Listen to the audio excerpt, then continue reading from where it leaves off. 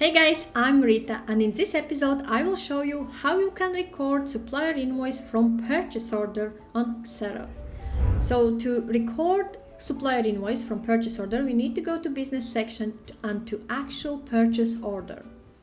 From here, select purchase order, so I have approved status and I want to issue or allocate supplier invoice to this purchase order.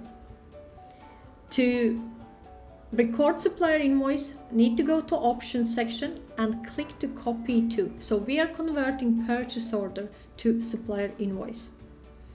And I would want to turn or convert to supplier invoice, but I can actually reuse contact for another purchase order or use to invoice, which means that if I want to issue invoice to particular customer. So in my case, I want to record supplier invoice. So I want to mark this purchase order as fully billed, but if it's only partial, deselect and you will be able to later use the same purchase order to record second half of a bill. In my case, I will mark it as a fully billed and create draft. So new bill start to be entered here. So that means supplier invoice. From date, we'll select Monday. Due date, we'll select 27 July. Reference is purchase order number, but I can add my invoice number. So for example, I have snack invoice and purchase order will be showing there as well. I can change currency if I want by adding new currency, otherwise leave the same.